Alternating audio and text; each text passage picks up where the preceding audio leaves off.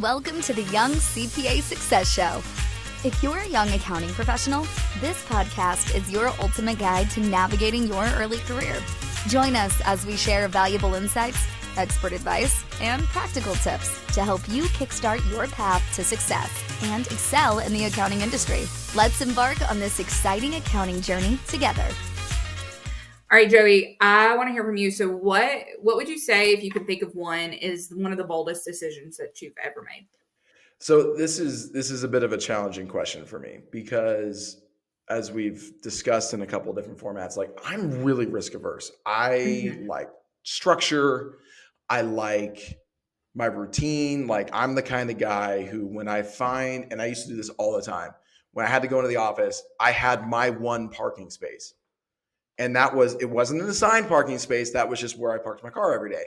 And when somebody was in my parking space, I'd get unreasonably and irrationally angry about. Would you fight somebody over your parking space? Well, it's just like, look, I park here every day. Like, you couldn't park in this other spot. Like, this is my unofficial official spot. So like, I really like structure. And I really like certainty, and I'm not always the best at like living in that uncertain time. So the biggest like pivot that I ever made in my like personal professional life was in 2008. I had just finished up my sophomore year in college at University of New Mexico, and I was relatively unhappy with like where my life was going.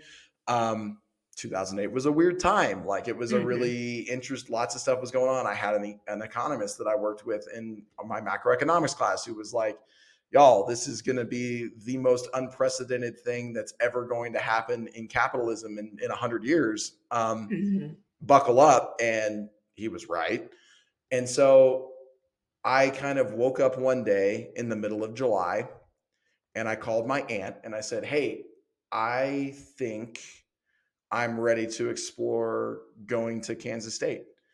And my aunt, to her credit, and I love her for this and will owe her everything for it, she said, I've been waiting 2 years for you to make this phone call.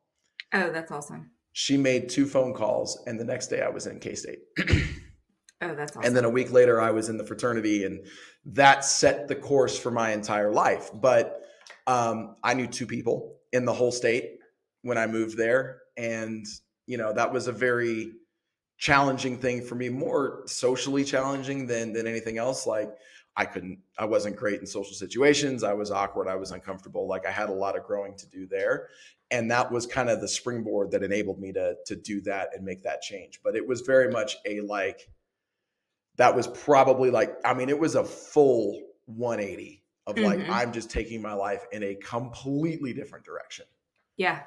Yeah. I can totally relate to that. Yeah. Thinking about that, I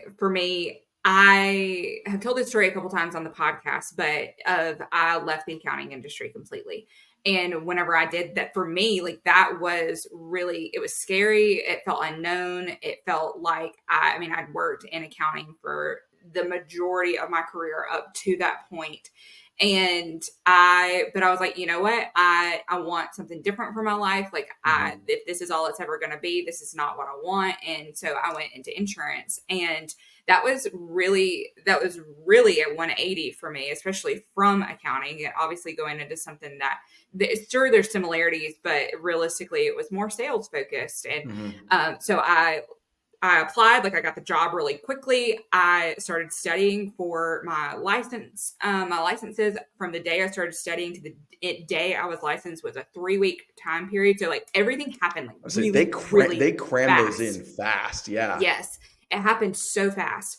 And then I got there and I found success really fast there as well. Like I was junior partner of our agency, and I really I had a good path. Like I could see the path forward, but then there were some things that started to happen where it was just very, very abundantly clear to me that like I needed to go back to what I knew and what I was comfortable, like where I really wanted to flourish and put my focus. And that was accounting. So like it was twofold. So like one was the decision to leave, but then the other that felt really big and like was again kind of like that reverse back to that 180 that was really just bold at the time, because again it felt very unknown for me, and what that meant for my family and how things might potentially change was also then going back to to accounting, but everything happens for a reason. And I am so glad that like all of that, like that experience, I wouldn't change. Like I would not trade that for anything.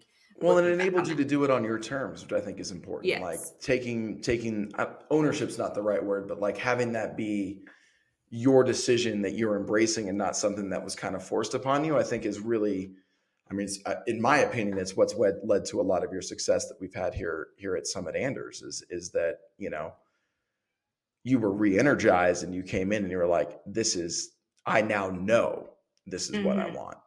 Yes, and it really get it. It really did. And, you know, I saw some similarities in our guests today. Like, she is so energized by what she's doing. Like, she has taken some really bold leaps of faith at a very young age. And I think that she could totally be an inspiration for somebody that's listening to this podcast for the path that she's chosen to take. She's passionate about what she does. And I think that was something that was so fun to hear come through when we started talking about crypto, which went so over my head. I do not know. I've learned how much I don't know. I was faking it for most of it, Hannah. I'm going to be honest. Our guest is Mackenzie Patel, and she's she is a CPA and the CEO and founder of Hash Basis. And there's some stuff in there if you want to learn more about her. She mentions it at the end of the show. We'll make sure to put them in the show notes. But to Hannah's point, yeah, I was thoroughly impressed with. You know, I think back to when I was her age, and it's funny because we do talk about some generational divides that made me feel like an old today. I'm an old in certain ways, shapes, and form, but like thinking back to when I was her age, like she has her life like so much more figured out than I did. Like I was just like a mess. Like, and if you wanted to be like, hey, Joey, you should like handle running a firm and hiring employees and doing all these things and creating this plan for yourself, I'd have been like, dude, I'm just trying to like put food on the table. Survive the day. Yeah, I'm just trying, like I forgot to buy ant traps. So now there's ants in my house, in my apartment, and now I need to go do this because they're everywhere. Like that was me at 26. She's over here running her own accounting firm. So anyways. She's like running the world. Like, I think she's incredible. Like, I can't wait for us to touch base with her again in a few years just to see like where she's at, like just to keep up with her. So I'm excited for our listeners to tune into this episode. We even throw in a little trash TV talk and like we said, wedding advice. We are a real good time, y'all. So I cannot wait for y'all to hear from Mackenzie and potentially connect with her after the show. In terms of like what we're hoping to cover today, like it can be anything and everything, like your journey, how you found accounting, like how your first couple of years as a firm owner has been. Like, I want to spend time on that because I feel like that is so impressive, and like you are so bold and so brave, and I just love that. Like you're young and you're willing to take that step, and I think that our listeners need to hear about that journey. I think that's a big deal. Yeah, like that's a gene, like that kind of like entrepreneurial type. Like I'm way too risk averse, especially at, you know, you mentioned you're in your mid 20s. Like at that time in my life, like I was like, I'm eating Campbell's Chunky Soup. I'm doing this. I'm studying for the CPA exam. Like if you try to add like being a firm, like owner, like an owner of a firm, like responsible for like other people, I don't know that I'm from a maturity perspective or an emotional perspective, like could have handled that. So I have so much admiration for you just like making that step and like taking control of your future, because I think that's something that we have seen a lot from like our generation. I'm about 10 years older than you. In terms of like all of my friends that I went to school with were all just so disenchanted with it. We're all just like, we can't control our future. We can't control our destiny. We're just sort of taking what the industry gives us. And it's leading to some weird, not weird, but like some different decisions that people are making. So I think especially like when you come out of college, it's always like, you just have to go to Big Four. That's the one path that they lay out for you. Because I went to University of Florida, which is a big like Southern state school. And that was really like the main purpose of doing an accounting major. And I interned for 3 summers at Deloitte, and I actually hated it like every summer. And so I was like, maybe next summer will get better. But I was like, this is not for me. And so I was like, I don't want to be caught in this trap that everyone kind of knows they're getting into already, but I just didn't want to waste the time, you know? No, I think that's, you figured that out pretty early. yeah. Instead of like going into it thinking it'll get better, it'll get better, it'll get better. And then suddenly you look up and it's 6 or 7 years later and you're like, wow, like it still didn't get better. So you figured that out early. So take us on that journey of, you know, yes, you were the intern. Like what really was that like pivotal moment where it's like, you know what? I see a need. I feel like I want to fill it. And what did that look like for you? Yeah, definitely. So actually, if we go back to, I think it was my freshman year. So Big Four starts recruiting freshman year now. It's crazy. And I think they're even going back to high school now. So I was part of this, they called it a pioneer program. So you just kind of go to the office, go to some clients and play the role of an intern. You don't really do any work because you're an intern. But for me, what really struck me was the lack of time that you had for yourself. Like I'd wake up at, let's say like 6 a.m. and then I'd have to take public transportation, go to the office, maybe drive to a client site. And I wouldn't be home till like 7:30 or 8. And I felt like my day was over. And I was like, wow, is this really all that's left for me? Like once I graduate. So that's how I kind of figured out pretty quickly that wasn't really the path for me. But it was hard because all my friends, they were doing Big Four. So I thought I was the crazy one. I was like, is it me or is it everybody else? But I mean, I think it depends on the person. Like I just found out that wasn't really what I was meant to do. So when I graduated, I actually didn't do Big Four at all. I did industry accounting. So I went to Honeywell. And they had this, it's called a future finance leader program where you just do rotations in basically corporate accounting, corporate finance, maybe in investor relations. And that was way more my speed, I feel like, because there was a work-life balance. People actually valued my work and cared about me. So I think that was like the perfect soft landing after I graduated, was going there first. So yeah, I did that. And then, sorry, do you have a question? No, I think that's a really interesting observation about Big Four and how, because we've been critical of Big Four, but I do think it's important to note that like that can be for certain people. My cousin he's with Deloitte. He's on the consulting side, not on the tax side, but like that's worked really well for him.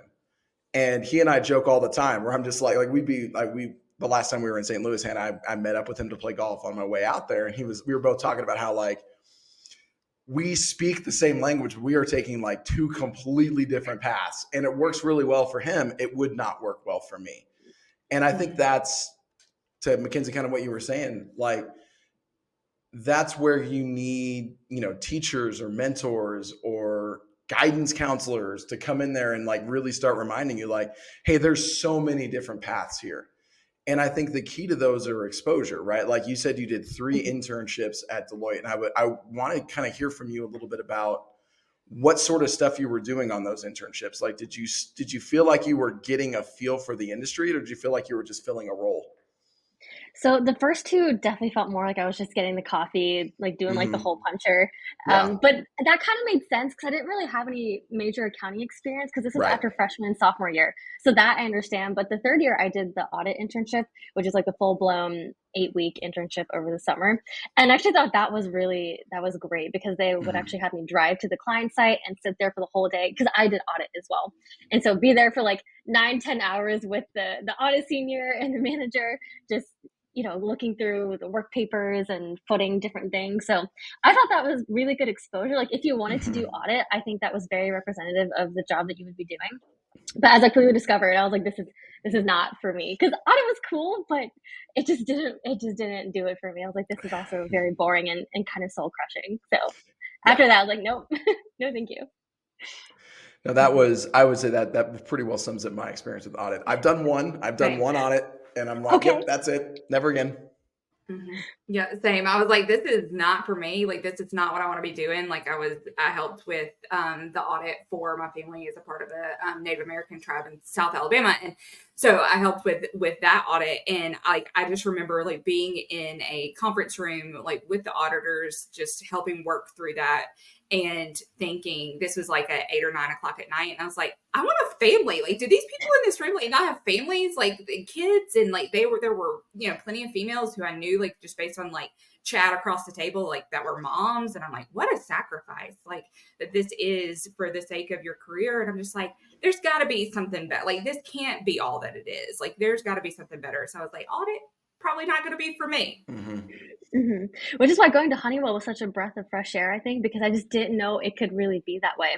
And it was a fluke that I even found them. Like their recruiters came to our accounting building, which had never happened before. It was the first year they did it or were even allowed to.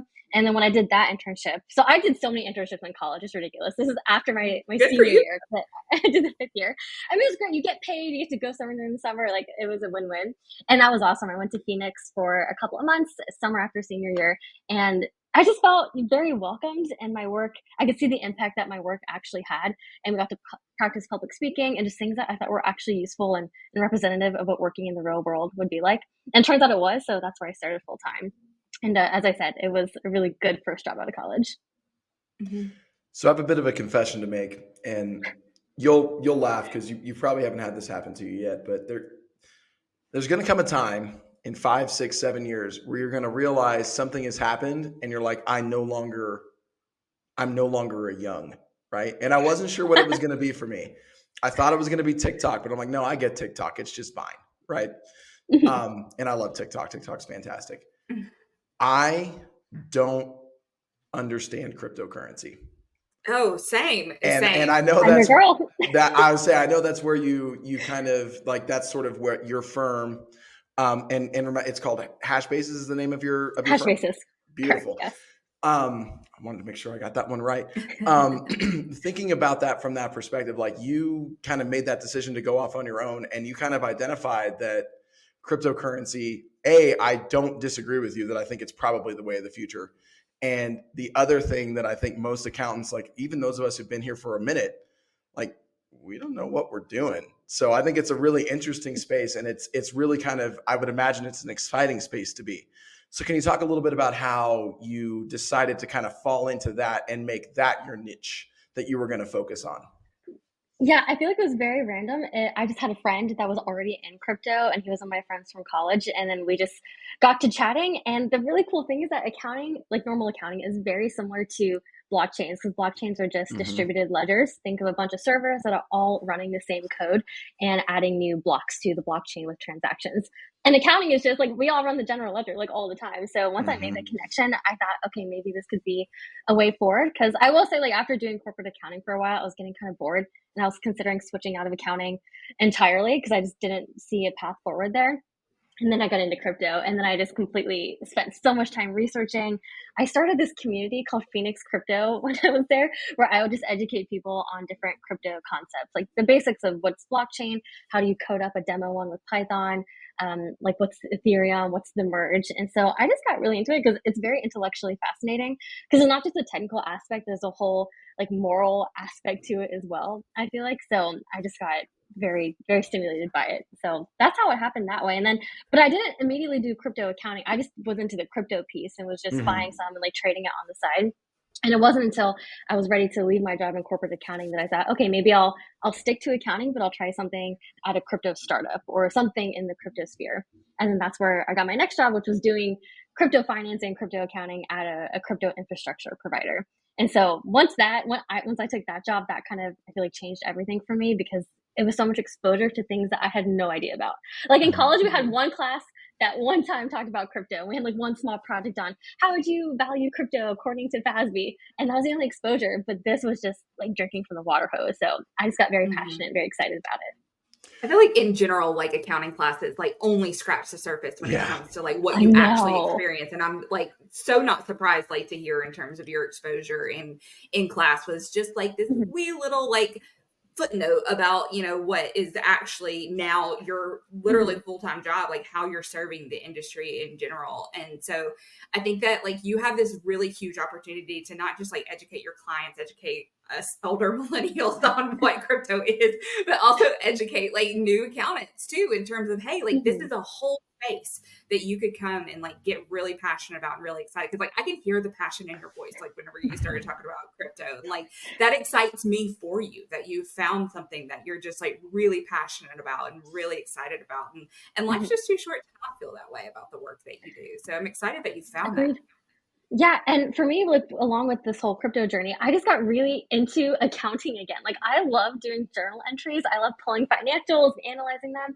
And I just wasn't into that in college. It was boring, but for some reason I turned into like an accounting maxi where I really love the actual technical work of doing it. So I went through this whole phase where I read the Summa, like Luca Pacioli's textbook, and I wrote this whole short story, like using examples from his textbook. And I was like, wow, this is like the peak of me being a complete dork, but whatever. I love it.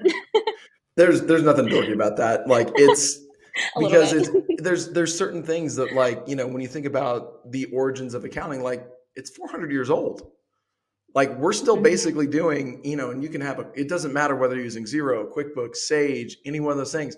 Behind the scenes, it's the same stuff they were doing in ledgers. In fact, one of my kind of like, I don't want to call it a prized possession because it's not really a possession, but like one of the things that I loved digging into when I was an accounting student was we found, after my grandmother passed away, a bunch of old ledger books, like the old green ledgers that were the original ledgers for the insurance business that my grandfather started in the 70s and ran with my dad. And like it was hiding in someone, like in a box in the closet. And it was from like 1973. And I was like, oh, here's your double entry. Here's all the things there. And like those kinds of artifacts were really interesting to me as an accounting student, talking about nerding out, like having those types of connections to things. And I think that's what's really important is, you know, what you've done is you've made a connection to something that is intellectually stimulating beyond just the debits and credits or the technical accounting piece. That is interesting as well, but there's other things there that I think are driving you, which is, you know, I think that was something that took me a long time to find in my career, was like, what is that thing that's going to keep me going when maybe it's 5:30 and I'm tired and I want to be done for the day, but I need to get my work done. So kudos to you for finding that at this point in your career. It took me until I was 30. What would you say is the hardest part about that, though? Because I do feel like it takes just this entrepreneurial gumption to like really want to take that leap, because like you can get really passionate about crypto, but then go work for somebody else who's already doing it. So like what made you decide to, hey, I want to do this for myself?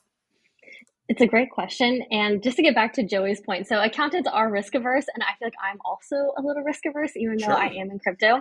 So I wasn't going to leave if I didn't know it was going to be kind of a sure thing. Like once I actually left the job of the crypto startup.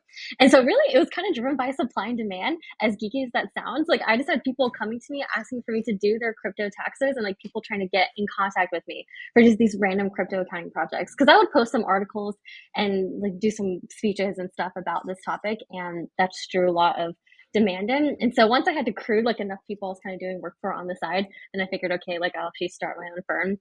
So it was more, it's not like starting like a true product startup where you don't know if there's going to be product market fit. You're trying to get all this VC money. I just happened to do it because I already had a small client base that was building up. And I figured, why not? Like, would I rather work for somebody or work for myself? And then I was like, okay, I will work for myself. Because my grandfather, he also started businesses back where I'm from in Florida, but he started bowling centers in St. Petersburg, where we're from. And so I always grew up around going to the bowling centers, and he would always instill like professionalism, excellence, entrepreneurship since I came out of the womb, basically. And so I felt like this was like the natural path forward. At least I wanted to try it. Like if it doesn't work out, fine. Like accounting is a very lindy profession. I can do whatever, but I wanted to at least give it a go. No, I think that's a great way to think about it is, you know, even if, you know, like thinking about what Hannah and I do, right? If there was, let's say 10 years down the road, the market changes or whatever, and you're like looking for another opportunity, having 10 years as an entrepreneur running your own business, you could walk into a virtual CFO shop and basically bring a different level of consulting as a business owner that Hannah and I don't have. We have to pull anecdotally. You could pull from actual experience and say like, hey, when I was a business owner, here's what I did. You know, here's what worked for me. Here's what didn't work for me. Here's the types of things I was looking for. Maybe you should look for these same things too. So again, you're still building a skill set to where your downside there is kind of protected and covered from that perspective. Yeah, definitely. And I think just working with so many clients has been biggest learnings, but also the biggest joy of it. Because I think about one of my interview questions that I ask people because I'm trying to hire right now, which is like a whole other process. It's what gets you motivated.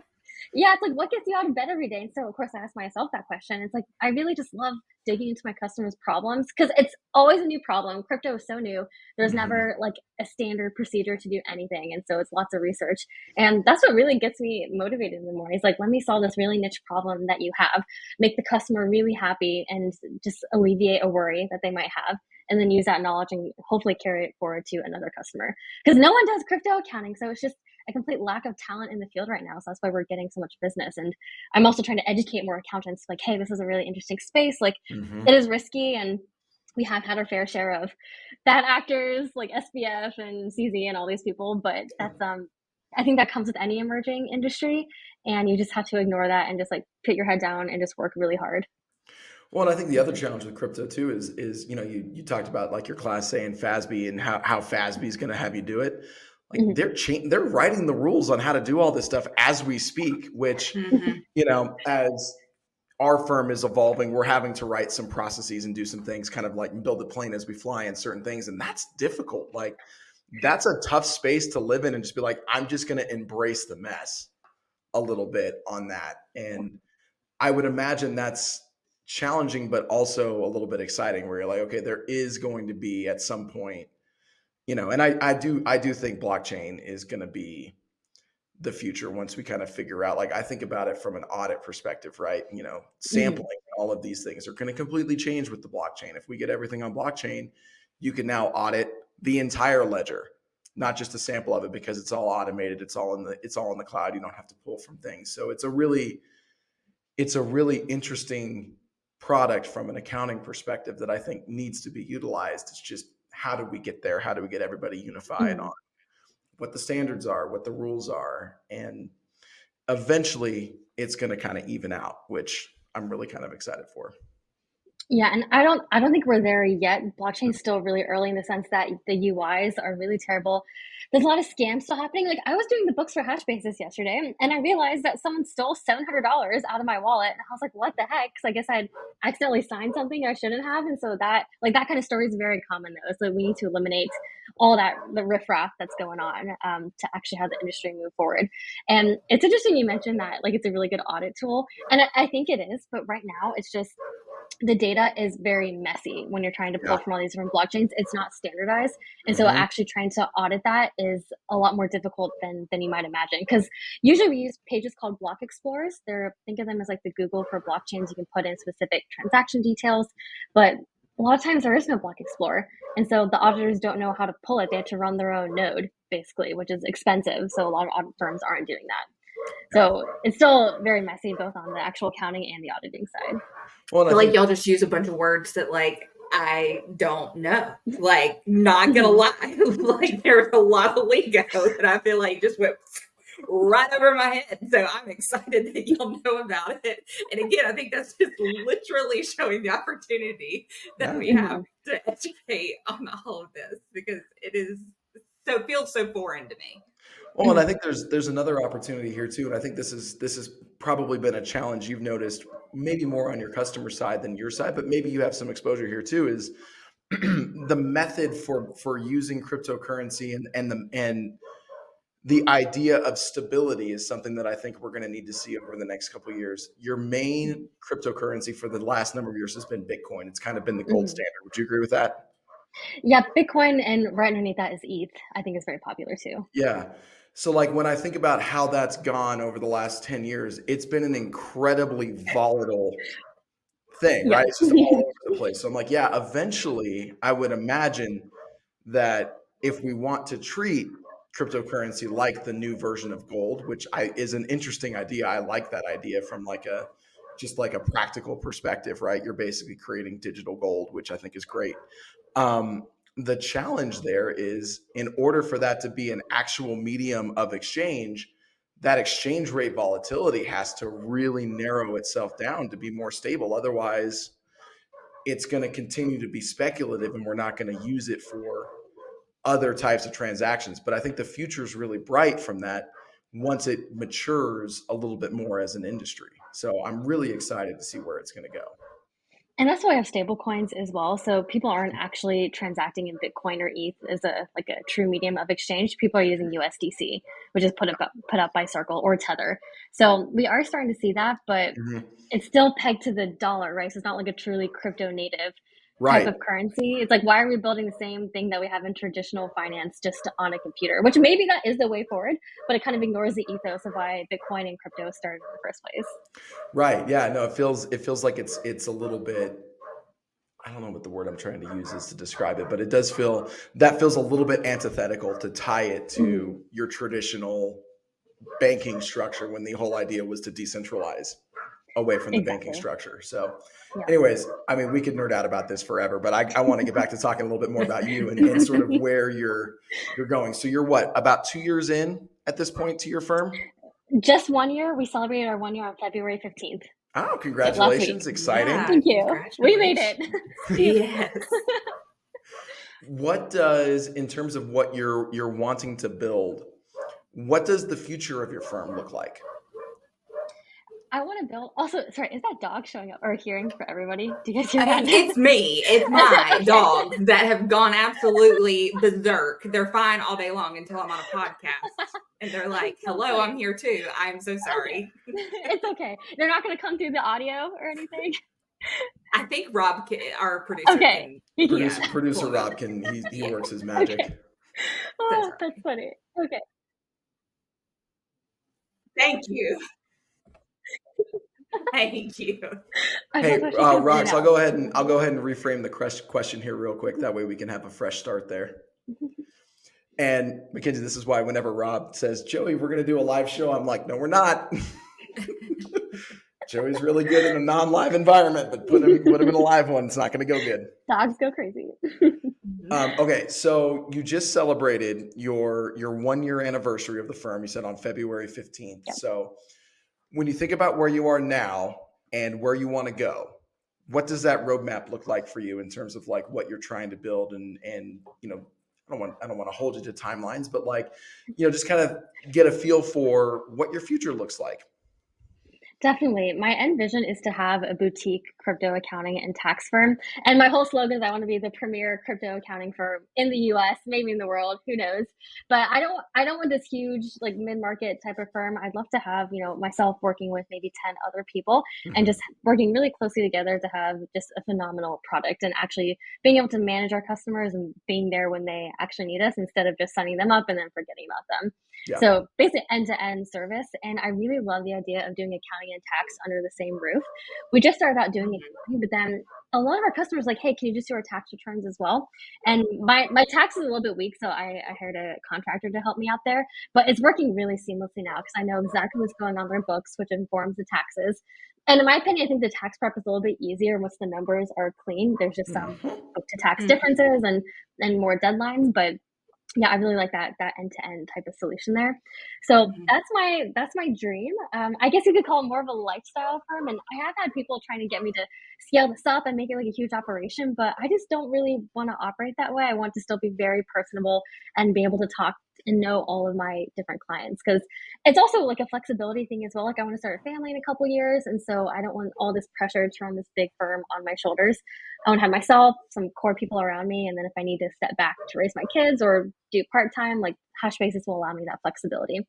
So that's I love that you figured that out. I love that you've identified that for yourself and that you're setting boundaries around what that is for you. Because I think it can be really tempting, especially whenever you're in growth mode, to just like hustle, like try to get it up to this point while you're young and while you don't have a family. But I love that you're looking forward to like, no, like I want a family and I know what the implications of if I do grow this beyond what I can manage would mean for that, for myself. And so I love that you're really staying true to that. And I know you said that you're hiring, like, how is that process going for you? Like, what is that looking like? Like, I feel like that is like an interesting now, like, shift from, you know, you figuring this out on your own to now potentially bringing somebody else into the fold. So how's that going?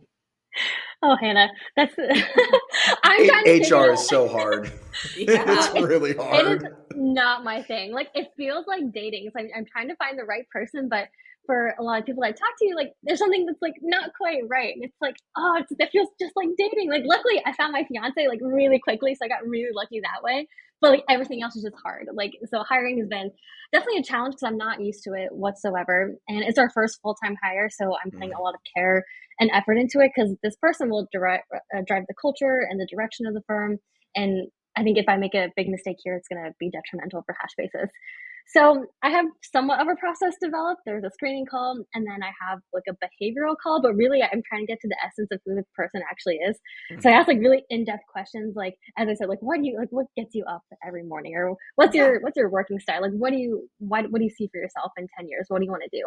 Yeah. So instead of asking like the normal questions, I'm just trying to have a very candid conversation about who are you? I'll let you know who I am. We'll see if there's a fit there. And then there's more technical, like a technical accounting case study. I guess I'm still figuring that piece out, but yeah, still on the lookout for a senior crypto accountant, which is very hard to find someone that actually has crypto experience before. So if they don't have it, that's fine. I'm willing to train because I think this is a very niche role that I'm looking for. But it's just a lot of second guessing, I think, where it's like, oh, am I overthinking this or am I underthinking it? Plus, recruiters are so expensive. Like, if I pay somebody 80 grand, 20% of that is what, like 16 grand, I think. And so that's just a really big cost when, like, we're bootstrapped. We don't have any outside funding. So it's all coming from my pocket, it feels like. So trying to put a lot of care into it.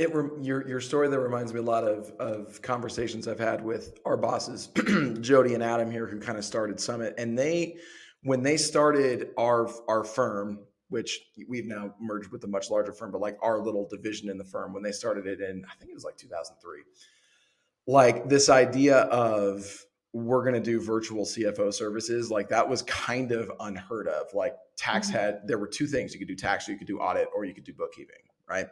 And this idea of, well, we're going to do all of those things, but also we're going to like help drive your business. That was kind of revolutionary at the time. And what I've heard from them is the same challenge you're going through now, which is I've got 2 or 3 hires that I have to make, and these are going to be the future of the firm. And when I look back at our firm, I'm like, oh, Jake, our director of IT, first CFO hire they made.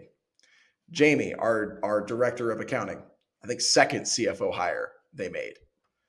So like your 2 of the most important people in the firm were some of the earliest hires, like employee like 5 and 6. Like it was, that might be getting the employee numbers wrong, guys. Forgive me if I got them wrong, but the ethos of the idea is the same, right? Like these folks that we hired are now so integral to our organization that it wouldn't be the organization without them. So I'm glad you're taking some real care there to make sure that, you know, and I guess your analogy about dating is 100% correct, because that's really what it is. But I'm proud of you that you're making that decision to like, I'm not just going to focus on the technical aspects. I got to make sure that this is someone that I can work with long term. Exactly. And I always ask, like, what are your personality quirks? Because I feel like it's very important component in being able to work together.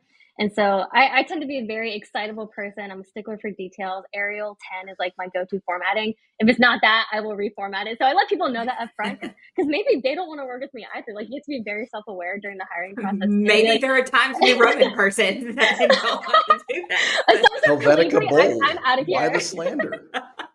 Exactly. So, do you guys use Excel or Google Sheets? Because that's a point of contention. Both. I've discovered. Both. Okay. Yeah. Okay. But I did work for a guy who, when we were creating our workbooks because we had like a client specific workbook, whenever the consult was coming up and I'd finished prepping the workbook, his one piece of feedback was, hey, when you're done, I need you to move the workbook back to the cover page and I need you to highlight cell A1 for me. So that when I opened the workbook and I was like, but it was a wonderful lesson because I was like, oh, attention to detail. Because what all he sees is when he opens up the workbook, that's the first thing the client sees. And that was the name cell. So he's like, I want it opened and highlighted on the name cell because that's the client. And he had to tell me once and I was like, oh, dude, I get it. I get it now. But those are those types of things where when you're trying to build and you're trying to make sure it's great, like that's a level of, I think the word you used was self-awareness. Like, I can tell you right now, my worst personality quirk is that I don't have any other references to make other than sports references. So if you get me in front of a client that doesn't talk about sports, I'm like, man, what are we going to talk about? Star Wars? Like, I got nothing for you, dude. I can give you all the UNM Lobos and Kansas State football analogies that you're going to want. But if those aren't resonating for you, this is not going to be a good partnership. And that's my weakness that I'm trying to solve now, is diversifying my consulting skills there. But if you can get someone in that interview question who's like, yeah, I just, details don't excite me. Like, I need to be big picture. That type of self-awareness is important. Whereas someone else could try to be like, yeah, I can do anything you need me to do. That's a lack of self-awareness that would concern me as a potential owner. Do you have any quirks that people have said that you're like, that's a big no for me? Like, that's a red flag. Has anybody admitted anything that you're like, no, can't do it? Oh, that I didn't like. Not yet so far, only because I've only interviewed like 3 people at that stage. And the quirks have been things I can handle. A lot of them have been formatting quirks. So I think accountants are just weird about that. But I'm okay though. Someone did say that they hate typos. Like, if they see a typo, they'll fix it. But I was like, yes, like if there's a typo, you should fix it. Like, yes, it's so unprofessional, I think, to have that. So no one's done like a really weird quirk where I was like, I don't like that. Not yet. I have a hot take formatting question for you that I saw on Tax Twitter over the weekend. So, and I think this is going to spawn across generations. So I'm curious. Okay. After a period, do you do 1 space or 2? 1. 2. You do 2? What? Joey, you're so old. That is such an old person thing, Joey. That's what I'm saying. Like, there's a generational divide. So that's old typewriter format, right? So when you think back about because I remember I had my first typing class when I was in elementary school, which had been like 1996. So, or maybe a little bit earlier. It was in the early 90s, and there was Mavis. Oh, Rox, get out of here. We are still friends. It's 2 spaces. That's right. It's 1 space. It was always but that's how we were taught, right? And then I don't know, 4 or 5 years after, not Mavis Beacon 1, but Mavis Beacon 5, they started doing the 1 space. So anybody from 34 and up, we're always going to be 2 space people. But down below is 1. So that's a format. My husband is 40. My husband's about to be 41, and he's a 2 space guy. So it's a clear divide. There's a there. clear delineation. Yeah. So you learned to type on a typewriter, not like a computer keyboard? No, we still learn, but all of the formatting stuff, they hadn't updated the rules yet. So in Mavis Beacon 1 and 2, it was always 2 spaces. So that 2 space. And if you didn't do it, your teachers would go on your paper and circle and be like, nope, 2 spaces, please. Thank you. And so now you hear things editors will be like, yeah, if I see you do 2 spaces, I am going into all of your things and I am deleting the 2nd space because we don't do that anymore. And I'm like, sorry, I've been typing this way since I was 7. Does that show up as a typo though? It's an Associated Press thing because space is money. And so when newspapers, you space once, because if you space twice, then it makes the whole thing bigger and you pay per space for newspaper. Right. Learn something new every day. Everybody say hi to Producer Rox. Hi, Producer Rox. Thanks for coming on the show. Dropping in the fun facts. That was behind the scenes. I've been telling Rox we need more Rox on the podcast, so I'm very happy. I agree. She popped in. But yeah, that's one of those weird things that I'm like, you don't think about it until you start having that conversation. And I'm sure I could retrain my body to do 1 space, but it would take a long time because there's just so much muscle memory in period space. That's just muscle memory. I love that you're asking people that. So I don't know if you watch the show, but I watch Love is Blind on Netflix. Oh no. I've not seen it. I've seen the previews. Oh no. You need to watch it. Okay? It's trash television, but you just need to watch it. But this one girl, she did the same thing, with her guy in the pod. She asked him, she's like, okay, so what are your icks? And so they talked about their icks. And so for one of hers, she was like, Hawaiian shirts are a no-go for me. Absolutely not. She's like, how do you feel about motorcycles? And so there were just certain things that she went through. However, this guy, he loved Hawaiian shirts, and that's what she ended up with. And so it's come up multiple times in the relationship too, in the footage that they show. So I'm like, this is great that you're asking people what their little nuances are, because then at least, like you're going into this relationship eyes wide open in terms of knowing what you're getting yourself into. I think that's also a good lesson though, because I think some things are more surface level that you can get over, like the Hawaiian shirts or maybe the 2 periods. I can get over that, but I think some get to their actual essence and their character. And I think that if you don't like something, or something rubs you the wrong way on that level, it's much harder to look past that, I think. Yeah, like I think back to my experience, like had I not ever been able to figure out that like I needed to get that Excel workbook like back to cell A1 on the first page, like I would not have been able to work with my boss at that time. And that's not a reflection on him. That's a reflection on me, right? At that point where I'm like, look, this was a very simple instruction. And what he needed to see from me was that I could remember this and follow through on it and do those types of things that needed to get done. And, it was a very small thing, but that was a very important thing. And, I'm proud of myself for figuring that out, but also like, it's a good lesson to learn. And I'll use the dating thing, right? It's great. Like I'm sure there are things about me that drive my wife absolutely bananas. But it's all things that she was like, yep, I can live with it. It's fine. There's certain things where she was like, if you don't do this, I'm not saying there will be a homicide in your future, but I'm not saying it either. Just give you a warning. Okay? Yeah, no, I tell people all the time, if something bad happens to me, it was probably Tracy, but I probably deserved it. So, go easy on her. Phew. Okay, I need some marriage advice. I'm getting married in a couple months, so that is. Oh, congratulations! Yeah. Yeah, it's a lot. Planning a wedding, hiring, apartment hunting. You're just going to rip the Band-Aid and do it all at once, right? That's what I figured. Like, life is just kind of in the fast lane right now, but it will definitely slow down next year. And I'm just enjoying it while I can. It's actually really fun. All good things. That's a really interesting question. I'm going to kick it to Hannah first because Hannah's been married for significantly longer than I have. Yeah, I've been married this year for 14 years. Congratulations. Yeah, thanks. Let's see, some marriage advice. What is some marriage advice for you? I would say, I know this is kind of a little random, but kind of actually ties back into the like hiring conversation.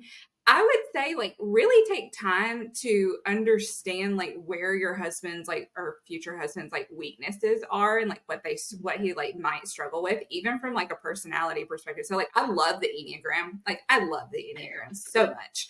And I made my husband take the Enneagram test just so that like I could understand like what his strengths were, like what is, even though like I took it and I was like, oh yeah, like that makes sense. But it really has helped me like learn how to communicate with him better. Like he knows things about me too, in terms of like how to communicate best with me. So just really taking time to understand that and our love languages has been like so incredibly critical in our marriage, and just being able to be sure that we can interact in ways that support each other and serve each other in the best way that we possibly can.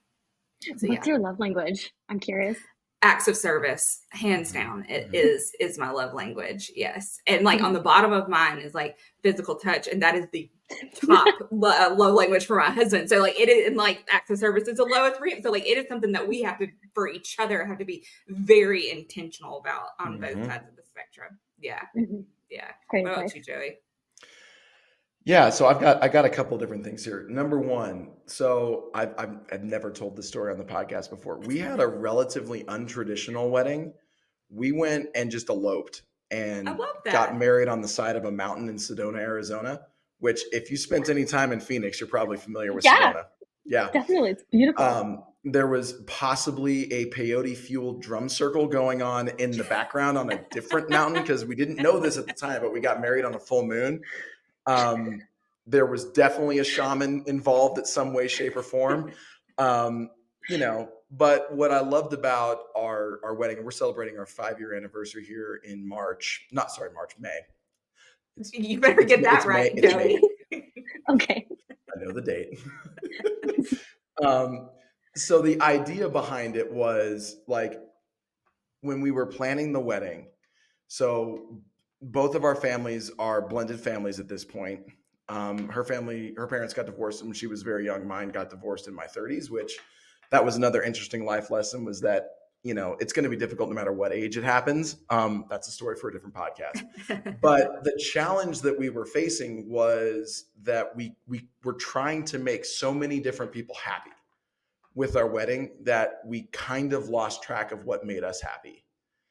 And we had to have an honest conversation with ourselves about like, oh, we're sacrificing this, we're sacrificing that, we're doing all these things, we're not going to get what we really want out of this. And we finally were just like, look, let's just go and let's elope and let's make it the two of us. And we'll go to a place that's really special and make it about us and less about everybody else. And that was, while on the surface kind of a selfish decision a little bit, it was also one that was really important for us, because now when we look back, we have absolutely no regrets about anything and would do it again that way in a heartbeat. So whatever decision you do make sure you're making it for the two of you and not for anybody else, because it's your wedding. To everybody else, it ends up becoming just another day. That might not be exactly true for everybody, but for a lot of folks there, it's another very fun day, but that's your day. Make it about you. The other, and yes, and have a shaman for sure. Yes. On a full moon. Yeah, like there's the two people who signed our wedding certificate. Like we've never met them before. I don't know. I couldn't pick them out in a crowd. They're just the two people on the side of the mountain who signed the marriage certificate. So, the other thing too, like speaking back to Hannah and her point, one thing that I really struggled with that I had to learn how to do was communicate a little bit better. I tended to bottle up my feelings and my emotions. And one of the things that and it's so cliche, but it's really true. Try not to go to bed angry. It's just not good. Yeah. Because then you just wake up the next day and now your bad day has turned into two. And, you know, that's, you know, I grew up in a household where, you know, conflict was seen as a negative. Constructive conflict can be okay. It's when it starts to get unconstructive, it starts to get personal, it starts to be, you know, I don't want to use the words petty or jealous, but those are the two that come to mind. That can be bad. So, you know, learning how to communicate and having those somewhat difficult conversations a little bit earlier. That's something I wish I was better at, that I'm still trying to get better at 5 years in. Who knew that this show is going to turn into just marriage and dating advice? Like Love is Blind. There you go. Love is Blind. Yes, I love this.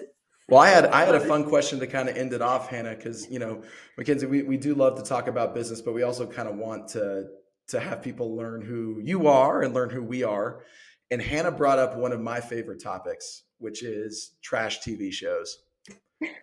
And I want to know if either of you have, I know, Hannah, you watch Love is Blind, but clearly, is that your biggest one? Is that your biggest vice on the trash TV side? Right now, yes. Mm-hmm. Okay. What about all time? The Bachelor and Bachelorette. Like, that is the train wreck that I cannot look away from, that I've watched since season 1. I was going to say, what are we at? We're on like season 20 now, right? I've lost track. Like to the point where the original Bachelor's now the host. Yes. Right? And Really? well, yeah, and now we're like dipping into a new generation of bachelors and bachelorettes. We're going to the golden generation. We have had our first golden bachelor, and we're about to have our first golden bachelorette. What is that? Is that post Gen somebody Z? That is or boomers? I think. I don't know. Or the other side. Okay. Wow, that's curious. Okay. It is. It makes for good television. It's certainly a programming choice. We'll say that much. Yes, exactly. So Mackenzie, what about you? Like TV of choice. Yeah, when you just need to say I just need to turn off my brain for 5 minutes. What do you watch? Okay, so it's more of a genre instead of, actually I have two genres instead of like one TV show. First is anime. I love anime, like Attack on Titan, Jujutsu Kaisen, Hunter x Hunter. Like I'm really into all of that.